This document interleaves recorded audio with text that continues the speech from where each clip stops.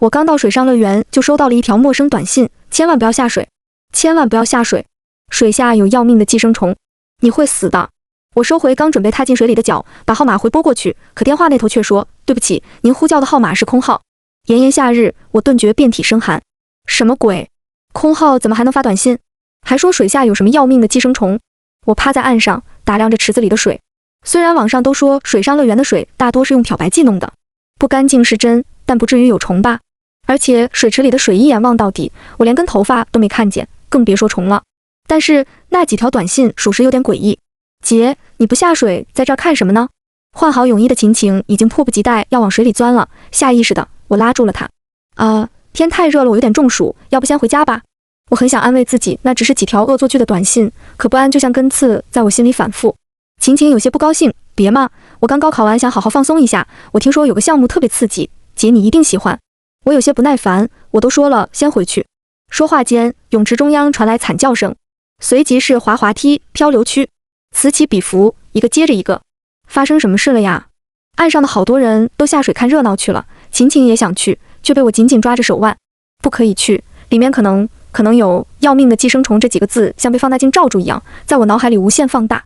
突然，刚才那波惨叫的人就在我们的眼皮子底下变成了一具具被吸干血的尸体，而他们身下不断涌出小臂大小的白色肉虫，密密麻麻，令人胆寒。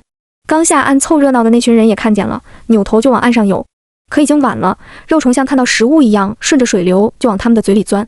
救命！救命啊！嘴巴张得越大，钻进去的虫子越多。我被眼前的场景弄得头皮发麻，水里的人像溺死的水鬼，拼命往岸上游，岸上的人却乱成一团，一边叫一边逃。我来不及细想，抓着晴晴就随着人流往水上乐园的出口处逃。可此时大门却紧闭，甚至还不上了电网。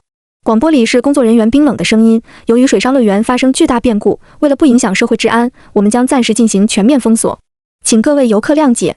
这个消息就像热油泼进了冷水里，人群直接炸了。谅解你妈呀！开门！不开门我们就硬闯。有10几个动作敏捷的男人已经爬上了栅栏，却都被电网电了下来，无一例外。也是这一刻，我才知道6楼的高度有多恐怖。如果从这里摔下去，那我必死无疑。我双手扒着窗户边缘，强咬着牙，把整个身体缓缓放下去。低一点，低一点，再低一点。终于，我的脚够到了那个架子。双脚落地的那一瞬间，我几乎要兴奋地哭出来。我站在平台上，试图打开李婶家的窗户。下一秒，轰！闪电照亮了黑夜。我这才发现，房间里有个活人，正直直地站在窗前。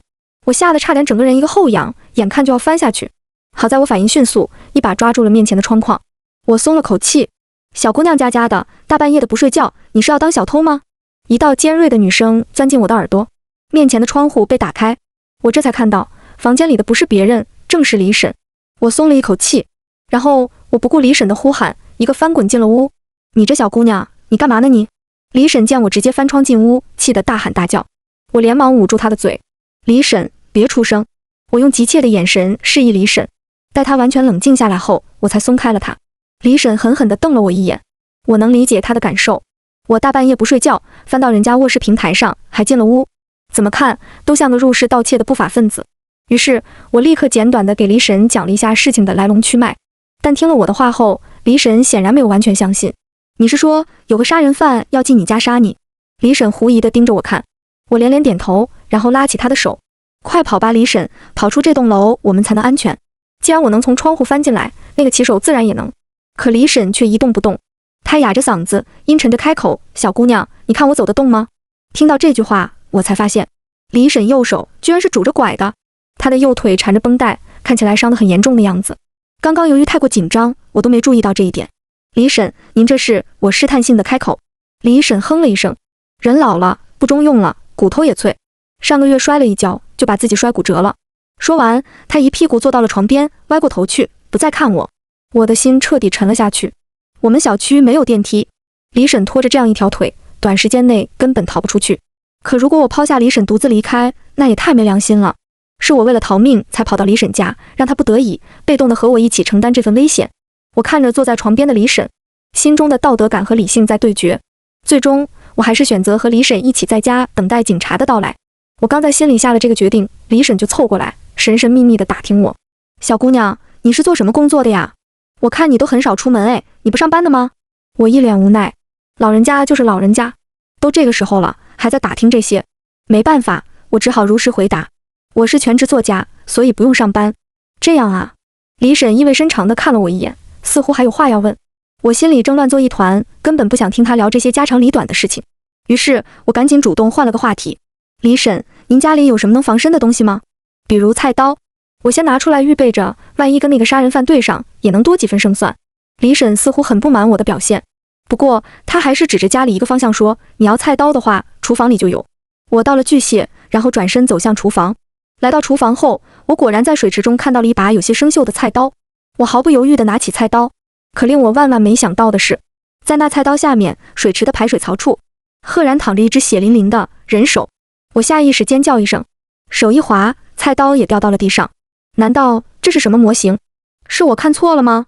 不，我死死盯着水槽，那就是一只人类的手，一只人类的右手。这到底是怎么回事？李婶家怎么会有人手？就在我飞速头脑风暴时，身后传来一个阴森的声音：儿啊，在这儿把它料理了吧。我回头一看，李婶已经扔掉了拐杖，正好端端地站在那里，而她的身侧正是给我送外卖的骑手。此刻他们二人正不怀好意地盯着我，你瞧，他还在发愣呢。李婶脸上此刻阴险的笑容，竟然与骑手出奇的相似。原来骑手就是李婶的儿子。还来不及等我反应，骑手已经扑了过来。我惊呼一声，好在骑手因为拿着斧头的缘故，动作比较受限，被我一个侧身躲了过去。我一把推开李婶，拔腿就跑。李婶倒地的瞬间，竟拼命抓住了我的头发。臭婊子，别跑啊！我被李婶抓得腾出了眼泪。下一秒，我心一横，一个用力挣脱了李婶。离开李婶家后，我冲向楼梯间，以最快的速度奔跑下楼。我的脸上、身上已经完全被浸湿，根本分不清是雨水、汗水还是泪水。我抹了一把额头。我和李婶母子无冤无仇，他们为什么要害我？李婶厨房里的那只手又是谁的？是赵大哥吗？我的脑袋乱成了一团浆糊。我知道自己根本无法想明白这些事，只能尽快逃出这栋楼。可我跑了很久，却依然没有看到大厅。这不对劲！我打开手机的手电筒，照向楼梯间的墙壁，只见那里的楼层牌上赫然写着一个数字5。我还在5层，为什么我跑了这么久还是在5层？这一刻，我最后一点信念也彻底崩塌。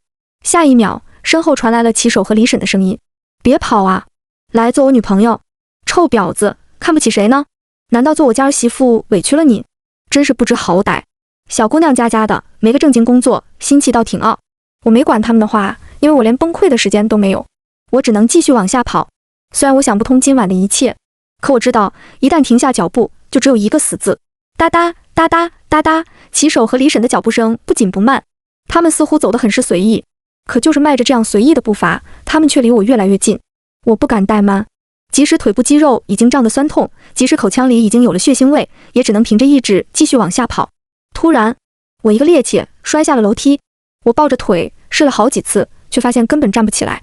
也许是肌肉已经完全被撕裂了。李婶和骑手已经追了上来，他们就站在离我大约2米处的楼梯口。我想用最后的力气为自己多争取一点时间。你们不要碰我，我已经报警，警察马上就会到的。我用力朝他们大喊，没想到二人听了我的话，不惧反笑，哈哈哈哈哈哈！警察如果能来，早就来了。他们嘲讽地看着我，仿佛在看一个傻子。我愣住了。没错，距离我报警已经过去了20分钟左右，警察为什么还没到？而且我们几人在楼道里大吵大叫，发出了不少噪音，为什么这栋居民楼没有一个人听到？再加上永远也跑不完的楼梯，我的心底升起一股恶寒。面前的二人到底是人是鬼？这到底是怎么回事？我嘶吼道，可他们根本不想给我解释。骑手提着斧头再度向我扑了过来，这一次我不可能躲过去了。我绝望地闭上了眼睛。可就在这时，一个身影冲了过来，挡在了我面前。快跑，快跑啊！赵大哥大喊道。我被吓得愣在原地，不知所措。赵大哥不是死了吗？他被骑手杀死了，还了很多血，头都掉了。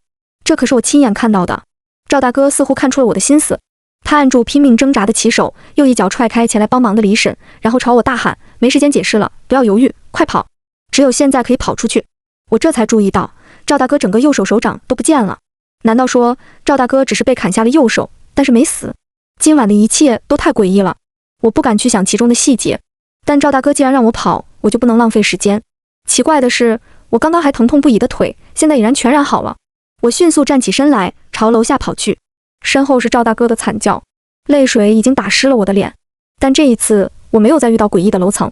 很快，我就跑到了1楼单元楼大厅。大厅外面停着一辆警车，是警察。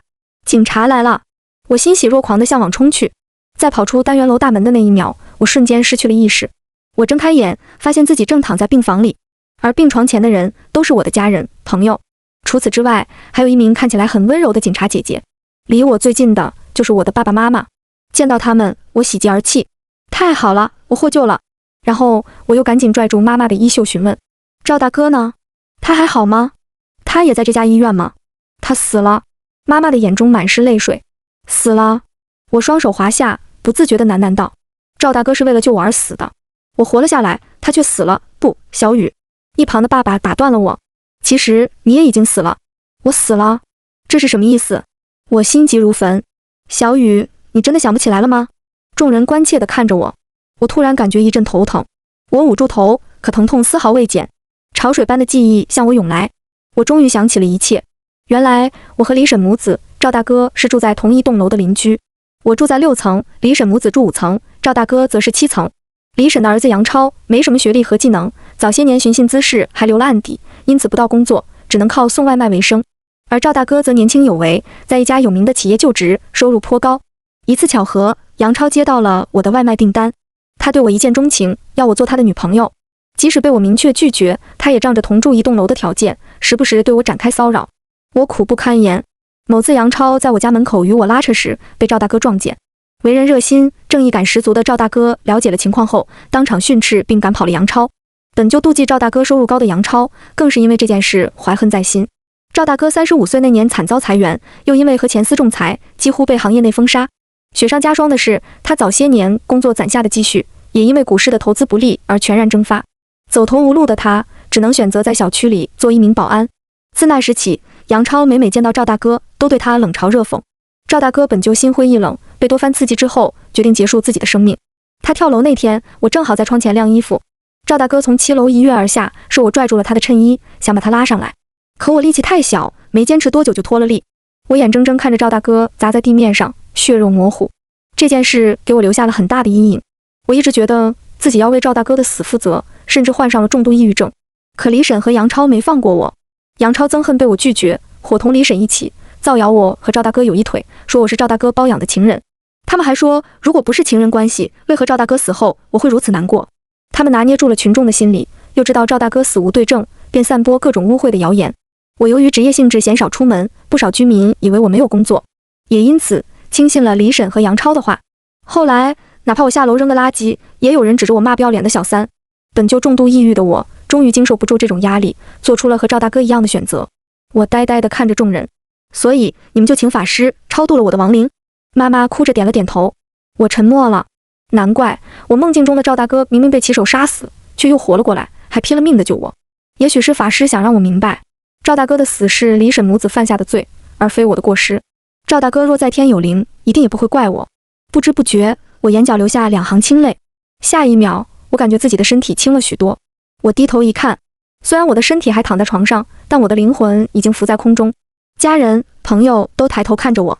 我有些着急，因为还没能问出最后一个问题。我试着张了张嘴，却发现自己没能发出声音。我连忙看向一旁的女警，她的脸上流露出了不忍的神情。好在她明白了我的意思。你放心，我们已经以教唆罪的罪名逮捕了李莲香和杨超。我向你保证，绝对会让他们得到应有的惩罚。希望你的在天之灵能够得到宽慰，也祝你下辈子一定要幸福。她的声音很温柔，就像我梦境中的那个接线员女警一样。我笑了笑，然后朝下方的众人挥了挥手，然后我闭上了眼睛，直到感受到自己的精神一点点消散在这人世间。他侧过身，让我对外面的情势看得更清楚了。变异者的数量几乎没变，倒在地上的干尸都是幸存者的。你们没有退路了。他的声音很轻，却带着几分幸灾乐祸。我捏了捏秦晴的手，强装镇定地问：你们为什么要把寄生虫带进来？这样对你们有什么好处？陈书俊垂下眼眸，点燃了一根烟，昏暗的光线下像一只流血的萤火虫。哼，你妹不是都跟你说了吗？我和我的朋友们都是实验室不被器重的研究生，幸好我们意外得到了那些国外样本。他说着说着就开始笑了起来。哈呵，只要闹得够大，只要我们研究出解药，从此就再也没人敢看不起我们了，我们才是救世的英雄。我不可置信地往后退了2步。疯子，他就是个彻头彻尾的疯子，就为了你们的虚荣心害死了这么多人。来这里玩的孩子占大多数，你们怎么能忍心这么做？陈书俊耸了耸肩，不以为意道：反正水上乐园的水就不干净，几年也不见换一次水。我们不过顺水推舟，说不定这件事之后，全国的水上项目都注意清洁卫生了呢。我们无意间还做了件好事。他咯咯笑着，眸底是掩盖不住的疯狂。王八蛋，做梦！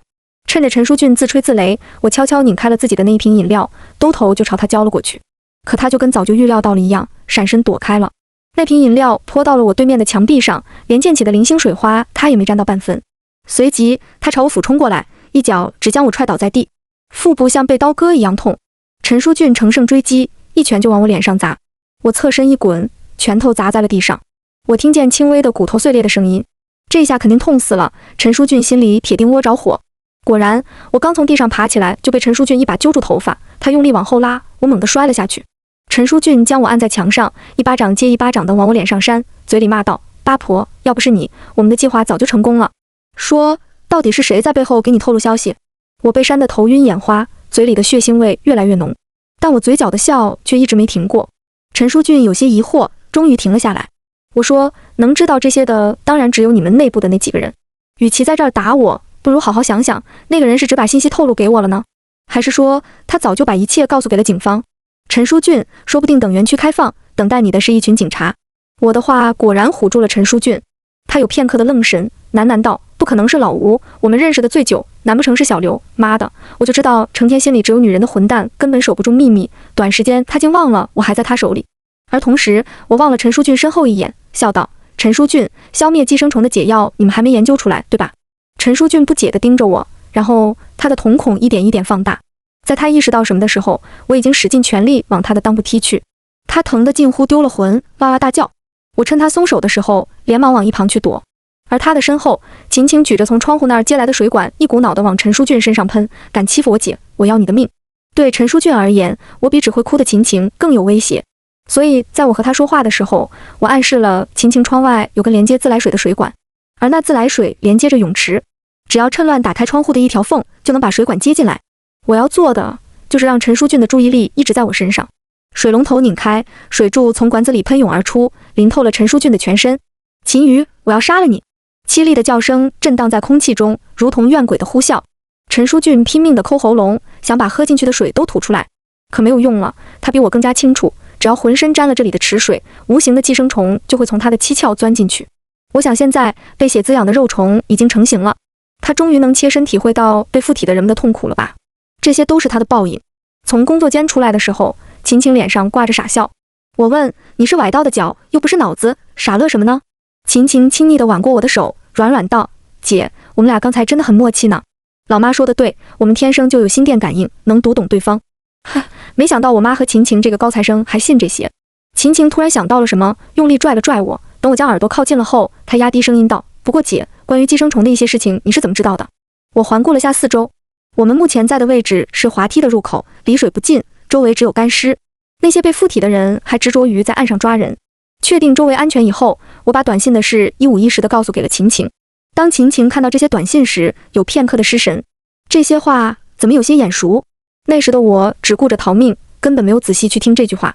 我现在站的地方是全园最高的位置，可以俯瞰这里的每个角落。我说，陈书俊虽然解决了，可他还有同伙一定躲在某个地方。这些人一定会想方设法的活着，如果他们发现了我们，一定会灭口。所以我们必须得想办法在他们灭口之前先除掉后患。我说的口干舌燥，却没有得到一点回应。扭头去看，秦晴这臭丫头还盯着短信发呆。我打了个响指，她的眼睛这才聚焦了起来。可她却答非所问：姐，短信里让我喝掉那瓶水，你为什么没信？说起这个我还纳闷呢，是系统出错了？为什么短信要给我一个错误的信息？如果不是我反应快，秦晴估计已经……我别过头不看她，道：因为你是我妹。秦晴指尖微颤，眼圈泛红。逃出去。她冷不丁地冒出几个字，让我更懵了。这里哪还能逃？秦晴扫了一眼，说：跟我来。不知道为何，我突然觉得现在的秦晴有些怪。她一向没有主见，害怕的时候更是只会哭。可刚刚她却异常冷静，甚至好像对这里的布局了如指掌。不过眨眼的功夫，她就跟变了个人一样。但我没时间去深究了，不管变成什么样，她也是那个令我头疼的妹妹，不是吗？秦晴选择的是水上乐园废弃的后门，平时因为没人打扰，杂草丛生，几乎把门挡得死死的。我想园里的游客应该都没发现这扇门。秦晴又是在什么时候发现的呢？拨开树叶和杂草，我看见生锈的栅栏上依旧挂着电网，我有点失望，和前门一样，逃不出去的。秦晴看了眼手表，说这张电网时好时坏，工人们想着后门都废弃了，也没人来修。姐，我们必须赌一把，赌这电网现在是坏的。全程秦晴都冷静地出奇。我有些惊讶地打量着他，你什么时候对这里这么熟悉了？明明在寄生虫爆发之后，秦晴一直没离开过我身边。这扇门他究竟是怎么发现的？说话间，一个刚膝干血的变异人正好往我们这边看，虽然距离很远，但还是被他发现了不对。他高声叫嚷着，和其他变异者朝我们这边跑。来不及了，有什么事出去再说。话落，秦晴直接把我往门上推。我也不是较真的人，见状连忙往栅栏上爬。都快爬到一大半了，电网也没有发作。看来这把我们赌对了。我比秦晴最先爬到顶部，我伸出手去拉她，可突然，一个浑身是血、头发散乱的女人也跟着爬了上来。她死死地拽着秦晴的腿。我定睛一看，那女人脖子被咬下了很大一块肉，布满血管的肌肉轻轻跳动，居然是明心瑶。她还活着。想逃？不可能。明心瑶用力地将秦晴往下面拉，秦晴拼命甩着腿。可他就像狗皮膏药一样牢牢贴着秦晴。妈的！我做事就要往下跳，可秦晴却卯起力气用力蹬腿。终于，明心瑶掉到了地上。可我跟秦晴根本来不及松口气，因为此时此刻，那些被寄生虫附体的人已经冲到了门下，看见我俩就跟老鼠见了猫，满脸的兴奋。明心瑶也没逃过，被那群人按在地上又是一顿咬，破裂的血管溅得到处都是。可他却在笑，笑得疯狂。横竖都是死，倒不如拉你们两姐妹下地狱。我不好过，谁也不想好过。很快，他的身体被变异人淹没，连他的血我都看不清了。剩下的变异者动作迅速地往门上爬，上来一个秦晴就踹走一个，但他力气太小，一个人无法抵抗这么多变异人，这样下去他迟早会受伤。我想也没想就要往下跳，秦晴却冲我喊道：“别下来！”他抬眸的瞬间，我愣住了。只见他清亮的眸子里盈满了水，他放软的声音在发抖：“姐，求你了！”就在我愣神的瞬间，突然感觉浑身有电窜过。我一个没抓稳，被电网摔了出去，刚好是铁门之外。被甩出去的瞬间，我看见变异者和我妹也都中了电。我妹往地上倒的时候翕动着嘴唇，直至快昏迷的时候，我才想起她无声说的那几个字：终于，这次是我保护你了，秦晴。我突然睁开了眼睛，醒来的时候我已经在医院了。爸妈正站在我的病床前，泪眼婆娑，他们瘦了很多，头发也白了。我以为他们会怨我，可他们却只是抱着我哭，幸好你还活着，幸好你还活着。警方告诉我，陈淑俊的同伙已经全部抓获。至于那些被附体的人，经过专家们的努力，终于研制出了解药，生活好像恢复如初。只是秦晴死了，为了把我送出去，她死了。回到家后，爸妈甚至把秦晴的东西都收了起来，为了让我不触景生情。可当清北的录取通知书送到家里，他们抹撒着秦晴的名字，还是忍不住哭了出来。只有我没哭，我只是愣愣地看着那封通知书，讷讷无言。直到有一天，我的手机落在了床头柜的夹缝，我伸手去拿的时候，摸到一本泛黄的日记本，是秦晴的，一定是我妈收拾的时候不小心落的。日记本很厚，我翻开了第一页，上面的日期是5年前，一个很平常的日子。秦晴说，这是姐姐送我的第一个日记本，我得好好保管。啊，当时秦晴告诉我她期末考了100分，我没什么钱，也不知道她喜欢什么，所以就随手在街上给她买了个日记本，才10块钱。她居然这么珍惜。有一篇引起了我的注意，日期是我的生日，我把姐姐的生日和我的生日做成了一个编码，我告诉姐姐一定要记住，这是我俩的暗号。我看着上面熟悉的数字，心里一颤，这不就是给我发短信的陌生号码吗？我颤抖着手继续往后翻，日记的最后一页是我们去水上乐园的前一天，姐姐答应带我去水上乐园啦。虽然她表面说我很麻烦，但我知道她比谁都希望我过得好。我听见她跟妈说，她存了一笔钱，说我去清北的学费。她呀，可比她想象中的还要爱我。所以我要努力变得强大，以后由我来保护她。这一刻，我好像明白了很多东西。傻瓜，傻瓜！我抹撒着上面熟悉的字迹，突然一滴水珠掉了下来，将墨字氤氲开来。这是我逃离水上乐园后第一次哭。你怎么这么傻呀，笨蛋！可是屋里再没有她聒噪的声音。我的妹妹为了让我活着，做出了比谁都勇敢的决定。我从小就是个爱哭鬼，没吃到想吃的东西，我哭；没玩到姐姐的玩具，我哭；姐姐对我大声了点，我还哭。姐姐总说她受够我了，如果真有投胎这一世，她希望下辈子没有我这个烦人的妹妹。姐姐不喜欢读书，爸妈也不勉强，总希望她快乐就行。可我从小读书就有天赋，爸妈很欢喜，嘴上难免会念姐姐几句。我知道她更讨厌我了。那天我求了姐姐3天，她才同意带我去水上乐园玩。她以为是我贪玩，其实是因为我看到她压在课本里的宣传单了。我知道她对水上乐园很感兴趣。我们第一次去的时候，我动作比较慢，在我换泳衣的时候，姐姐就下了水。后来她和水里的其他人被不明的寄生虫附体了。我是离她最近的人，她完全可以先吸我的血，可她却生生忍住了，哪怕身体里寄生虫急迫地操纵着。她将我藏在了一个纸箱里，后用几本书压住箱口。我坚持到了警方来救援，可我姐却早就变成了一具干尸。爸妈哭得险些晕了过去，但他们怕我多想，抱着我宽慰道：幸好你还活着，幸好你还活着。可这些并不能让我心里的悲痛消失。无数个深夜里，我都在问自己，为什么不是我保护姐姐？为什么活着的是我？结果一觉醒来，我又到了去水上乐园的那天。但我不是实体，只是大家都看不见的魂魄。我眼睁睁看着那时候的我换泳衣，姐姐下水，寄生虫，姐姐护我，又一次，姐姐死了。这是我循环的第101次。在我发现我可以操控一个没有手机卡的手机时，我立刻给姐姐发去了消息。我把这100多次的经验和警告都发给了她，而那个空间里的我还是个爱哭鬼。真是的，就不能让姐姐省点心吗？幸好这次姐姐在我的提示下离危险越来越远。当时陈书俊把水递给那个空间的我时，我想让姐姐别管，因为这几百次的循环让我摸透一个契机，只有在半死的状态才能看见我的魂魄，那样我可以和那个时空的我沟通，让她救姐姐。可聪明的姐姐还是发现了端倪。后来姐姐把短信给那个我看，多次循环的记忆竟然尽数在她脑海里回荡。她看不见我，却知道我就在这里。她凭着之前我探索的记忆找到了后门。虽然最后她没有逃脱，但好在姐姐被电出去了。那些变异者疯狂吸着她的血，慢慢的她双眼迷离，直勾勾地盯着我。她终于能看到我了。她笑，我们终于救到姐姐了。我望了眼门外刚到的警车，如释重负。有了警察，姐姐就是想进来也晚了。那个我呻吟的声音越来越小，而我的双手双脚也在慢慢消失。姐姐，你一直不知道的是，爸妈都说在某些方面你比我聪明多了，所以我希望你一辈子都不要发现这个小秘密，安安心心的度过余生。我永远爱你。